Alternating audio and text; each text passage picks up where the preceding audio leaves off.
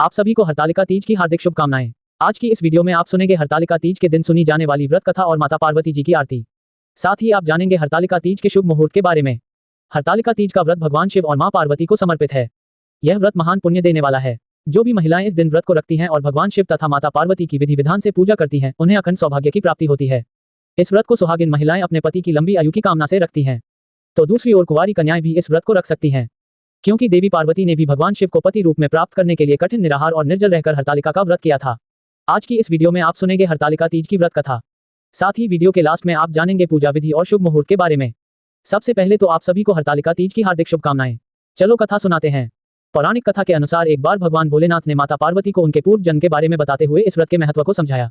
माता पार्वती ने बहुत छोटी उम्र में ही भगवान भोलेनाथ को अपने पति के रूप में स्वीकार कर लिया था।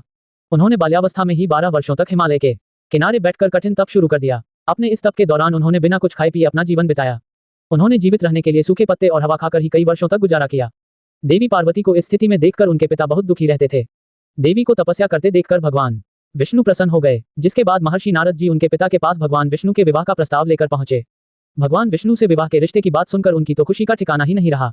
उन्होंने एक ही बार में अपनी स्वीकृति दे दी। इधर जब माता पार्वती को इसके बारे में ज्ञात हुआ तब उन्हें बहुत दुख हुआ और यह सारी बातें सुनते ही वे जोर जोर से रोने लगी और अपना जीवन त्यागने की बात कहने लगी। ये देखकर उनकी सखी को आश्चर्य हुआ कि वे स्वयं नारायण से विवाह होने पर इतना दुखी क्यों हैं।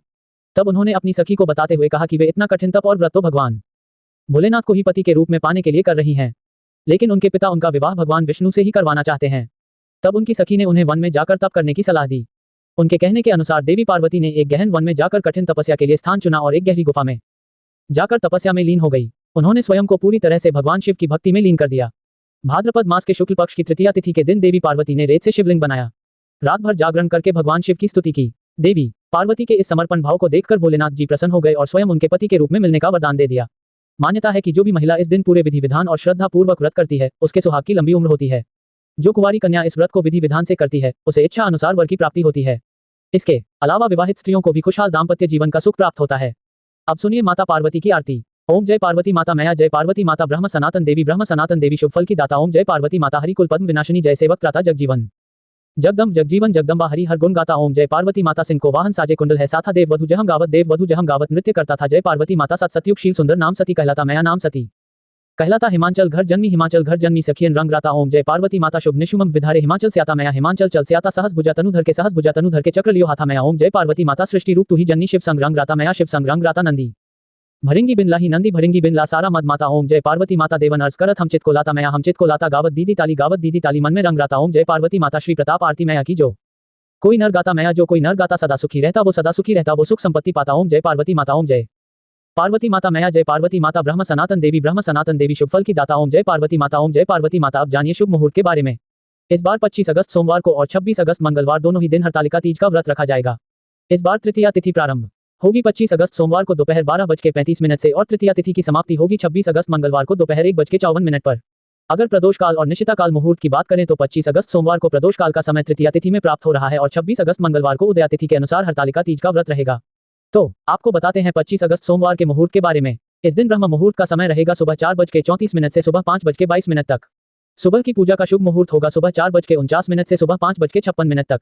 प्रदोष काल जब शाम की पूजा आपको करनी होगी शाम 6:01 से शाम 7:31 तक और इस बार सर्वार्थ सिद्धि योग भी 25 अगस्त को बन रहा है, जिसमें सिद्धि योग दोपहर 12:06 तक रहेगा। इसके बाद में साध्य योग रहेगा। राहुकाल सुबह 7:30 से सुबह 9 बजे तक रहेगा। हरतालिका तीज का व्रत जो भी माताएं बहनें सोमवार के दिन रख रही हो, उन्हें ब्रह्म मुहूर्त में सुबह 4 बजे से पहले जल या फल सर्गी के रूप में ग्रहण कर लेना चाहिए। यदि आप सर्गी ग्रहण करती हो और अगर आप सोमवार के दिन व्रत रख रही हैं तो सुबह ब्रह्म मुहूर्त से आपका व्रत प्रारंभ हो जाएगा। व्रत निर्जल और निराहार रखा जाता है और अगले दिन के सूर्योदय तक आपका व्रत रहेगा। ऐसे में सोमवार को रखा जाने वाला हरतालिका तीज का व्रत 26 अगस्त मंगलवार को सुबह 5:56 से लेकर सुबह 8:40 के बीच में खोला जाएगा, यानी व्रत का पारणा किया जाएगा। और उदया तिथि के अनुसार जो भी माताएं बहनें 26 अगस्त मंगलवार को व्रत रख रही हैं, उनके लिए सूर्योदय सुबह 6:11 पर, सूर्यास्त शाम 6:46 पर, ब्रह्म मुहूर्त सुबह 4:35 से सुबह 5:30 तक होगा। हस्त नक्षत्र पूरे दिन रहेगा। सर्वार्थ सिद्धि योग इस दिन बन रहा है और साध्य योग दोपहर 12:09 तक रहेगा। बाद में शुभ योग प्रारंभ हो जाएगा। राहुकाल इस दिन दोपहर 3 से 4:30 बजे तक रहेगा। ध्यान रखिएगा मंगलवार को तृतीया तिथि दोपहर 1:54 पर समाप्त हो जाएगी। इसके बाद में चतुर्थी तिथि प्रारंभ हो जाएगी। 26 अगस्त को मंगलवार के दिन प्रातः काल पूजा का मुहूर्त रहेगा सुबह 5:56 से सुबह 8:31 तक और शाम की पूजा यानी प्रदोष काल का समय रहेगा शाम 6:01 से शाम 7:31 तक। इसके अलावा हरतालिका तीज के व्रत में 4 पहर की पूजा भी की जाती है। रात्रि को जागरण भी किया जाता है। अगर आपके पास समय हो और पॉसिबल हो तो आप 4 पहर की पूजा भी कर सकते हैं। सोमवार या मंगलवार दोनों ही रात को प्रथम पूजा का पहला पहर जो होगा वह शाम 6 बजे से लेकर रात 9 बजे तक रहेगा। दूसरा पहर रात 9 बजे से लेकर रात 12 बजे तक रहेगा। तीसरा पहर रात 12 बजे से अगले दिन सुबह 3 बजे तक और चौथा और अंतिम पहर होगा सुबह 3 बजे से सुबह 6 बजे तक। 27 अगस्त बुधवार को हरतालिका तीज व्रत पारण मुहूर्त इस प्रकार रहेगा। सुबह 5:40 से सुबह 7:05 के बीच में आप अपना उपवास खोल सकती हैं। हरतालिका तीज के व्रत में निराहार और निर्जल रहकर व्रत रखा जाता है और अगले दिन शुभ मुहूर्त में व्रत का पारण किया जाता है, यानी कि व्रत खोला जाता है। इस व्रत में सुबह के समय सर्गी खाई जाती है, तो सुबह ब्रह्म मुहूर्त में आप सर्गी के रूप में लिक्विड चीजों को ले सकते हैं। आज के दिन पूजा करते समय भगवान शिव के इन मंत्रों का जाप आप करें। ओम नमः शिवाय, ओम हराय नमः, ओम महेश्वराय नमः, ओम शंभवे नमः, ओम शूलपाणिये नमः, ओम पिनाकवृषे नमः, ओम पशुपतिये नमः। व्रत का पारण करने से पहले आपने जो भी भगवान शिव और माता पार्वती की मूर्तियां बनाई है उनका विसर्जन करना होता है। विसर्जन से पहले एक बार फिर से विधि विधान से आप पूजा करें और माता पार्वती से सुहाग लें। जो भी दान दक्षिणा आपने मंदिर में रखी हुई है उसे किसी सुहागिन महिला को दे दें और उसके बाद विसर्जन करें। विसर्जन के लिए आप नदी, तालाब आदि के किनारे जाकर तब विसर्जन कर सकते हैं। ऐसी सुविधा ना हो तो घर पर भी आप इन मूर्तियों का विसर्जन किसी खाली गमले में कर सकते हैं। और इस प्रकार से फिर आपको सबसे पहले पानी पीकर या फलों का जूस पीकर या पानी वाले फल खाकर जैसे कि खीरा, ककड़ी या तरबूज आदि खाकर अपना व्रत पहले खोलना चाहिए।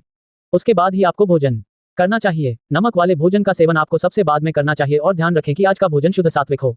हमेशा अपने सामर्थ्य के अनुसार कुछ ना कुछ दान देने से व्रत बहुत ही जल्दी फलित होता है और घर में सुख समृद्धि भी आती है। चलो इसी में दूसरी कथा सुनाते हैं। आज की यह वीडियो आपको पसंद आई होगी। अगर पसंद आई हो तो वीडियो को लाइक जरूर कीजिएगा और हमारे हिंदी स्टोरी चैनल को भी सब्सक्राइब कीजिएगा। बोलो पार्वती माता की जय दी।